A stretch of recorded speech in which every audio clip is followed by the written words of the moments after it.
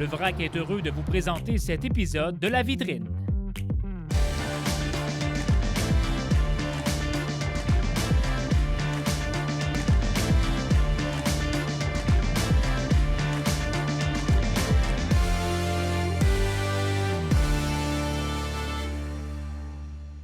Bonjour et bon après-midi, bienvenue à La Vitrine. Si je vous dis qu'aujourd'hui on vous parle de patrimoine immatériel, vous allez probablement penser au Musée de la mémoire vivante de Saint-Jean-Port-Joli. Bien, vous aurez la bonne réponse puisque c'est ici qu'on se trouve pour vous présenter la toute nouvelle exposition de l'établissement, Les boîtes à chansons, un univers fort intéressant qu'on vous invite à découvrir pendant la saison estivale. Et pour en discuter, j'ai le plaisir de m'entretenir avec celle qui assure le rôle de coordonnatrice et d'assistante aux expositions, Claudia Larin. Claudia, bon après-midi. Bonjour. Très heureux de te recevoir à l'émission et très heureux aussi que vous nous accueilliez, l'équipe du Musée de la mémoire vivante, dans ce décor qui a été aménagé expressément pour faire revivre l'époque des boîtes à chansons. D'abord, parlons un peu de l'univers derrière cette collection qui met en scène une période quand même marquante du folklore au Québec d'une certaine manière, là. Oui, premièrement, il faut savoir que cette exposition tire son origine avec la visite d'un visiteur, André Mathieu, qui a visité en 2018 le musée. Il est tombé sous le charme de notre concept particulier, justement, qui est d'un musée voué à la personne.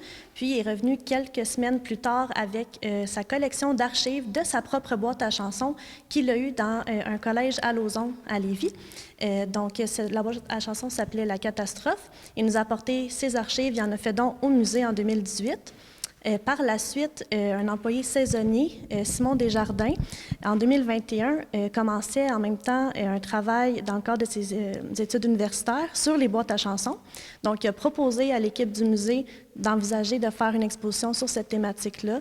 Puis, c'est ce qu'on a décidé de faire. Puis maintenant, en juin 2023, au rythme des boîtes à chansons, est prête à être visitée. Génial. Donc, le lancement s'est fait au début de la saison estivale. En fait, le dimanche 18 juin dernier, vous avez lancé officiellement cette exposition qui sera en place pour 2 ans. Mais on invite quand même les gens à venir la visiter pendant les vacances cet été parce qu'il y a beaucoup de choses à découvrir. Évidemment, il y a des témoignages. Ça, c'est toujours un des moments forts de chacune des visites que l'on s'offre ici au Musée de la mémoire vivante. Mais il y a aussi des affiches qui nous replongent vraiment à une autre époque.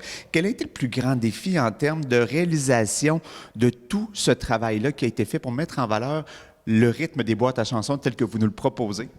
Je dirais que c'est l'ampleur vraiment du sujet. C'est une des premières expositions qu'on couvre autant de terrain au Québec. On est allé tourner des entrevues en Estrie, dans l'Anaudière, dans la région de Montréal, au Saguenay, du côté de la Côte-Nord, puis aussi en Chaudière-Appalaches, bien entendu. Donc, au final, ça représente 42 témoignages qui ont été ajoutés à notre base de données uniquement sur le sujet des boîtes à chansons, ce qui équivaut à 29 heures d'écoute enregistrée pour l'exposition. Ouais. Donc, c'est ça. Puis, un défi aussi qu'on a eu, c'est au niveau, bien sûr, au niveau immatériel, on a eu du jus, mais au niveau matériel quand même, parce que c'est important aussi dans nos expositions d'avoir des objets qui font surgir des souvenirs chez nos visiteurs. Donc, c'est sûr que c'est dans les années 60, puis même si c'était très marquant, les gens ont gardé peu de choses de cette époque-là, mais grâce à des dons et des prêts des gens qu'on est allés voir qui étaient propriétaires de boîtes à chansons, on a été capable d'avoir quand même quelques objets vraiment intéressants qui rappellent cette époque-là. Et quels sont les artefacts, justement, que vous avez été en mesure de mettre en valeur dans le cadre de cette collection?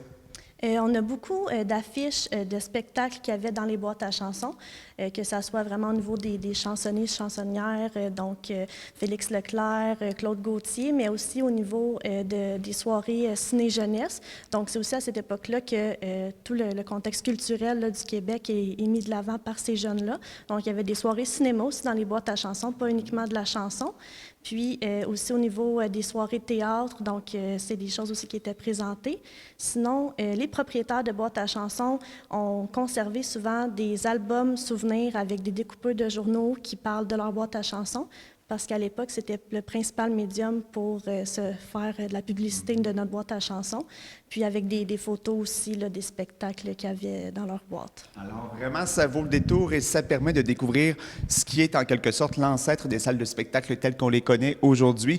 Il y a d'ailleurs 2 boîtes à chansons de la région de Chaudière-Appalaches qui sont mises en valeur, notamment de Saint-Jean-Port-Joli, donc le Festival de l'artisanat et de la chanson de Saint-Jean-Port-Joli à l'époque, mais aussi on retrouve en quelque sorte l'histoire de la Roche à Veillon. Alors, ça vaut vraiment le déplacement. On vous invite à découvrir cette exposition-ci pour en apprendre davantage sur le corpus au rythme des boîtes à chansons. On vous invite à visiter le mémoirevivante.org, à vous abonner bien évidemment à la page Facebook de l'établissement et sachez que c'est avec grand plaisir que l'équipe en place vous accompagnera lors de votre visite de cette toute nouvelle exposition qui devrait être en place pour au moins 2 ans et qui vaut le détour, croyez-moi. On s'arrête 2 minutes pour une courte pause, mais juste avant, Claudia, merci beaucoup de ton temps aujourd'hui. Merci à vous. Et au retour de la pause, on parlera des activités ponctuelles proposées cet été au Musée de la mémoire vivante de Saint-Jean-Port-Joli. Plusieurs rendez-vous familiaux vous attendent, donc reste à l'écoute pour savoir de quoi il s'agit.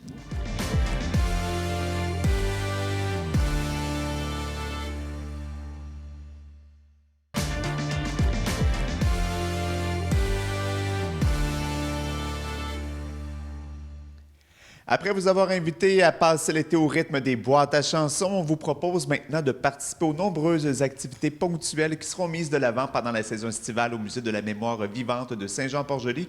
Et pour en discuter, j'ai le plaisir de m'entretenir avec celle qui assure la direction générale des lieux depuis janvier dernier, Bianca Roy. Bianca, tout d'abord, merci de nous accueillir dans tes locaux aujourd'hui. Ça fait plaisir. Alors, Bianca, une saison estivale plutôt chargée, c'est ce qui attend les visiteurs qui participeront à vos différents rendez-vous tout au cours de l'été. Et les vendredis, on débute ça en force avec un atelier de sculpture de cuillère, un procédé que les marins faisaient, paraît-il, sur les bateaux lorsqu'ils partaient pour de longs séjours. Oui, exactement.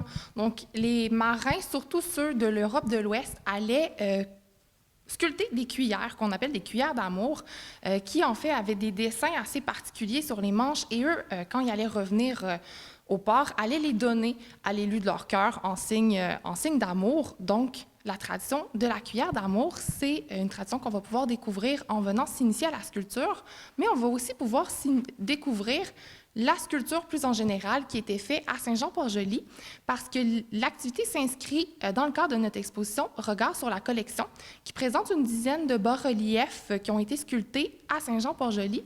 Et ce qu'on apprend dans l'exposition, entre autres, c'est qu'il y avait une école de sculpture ici.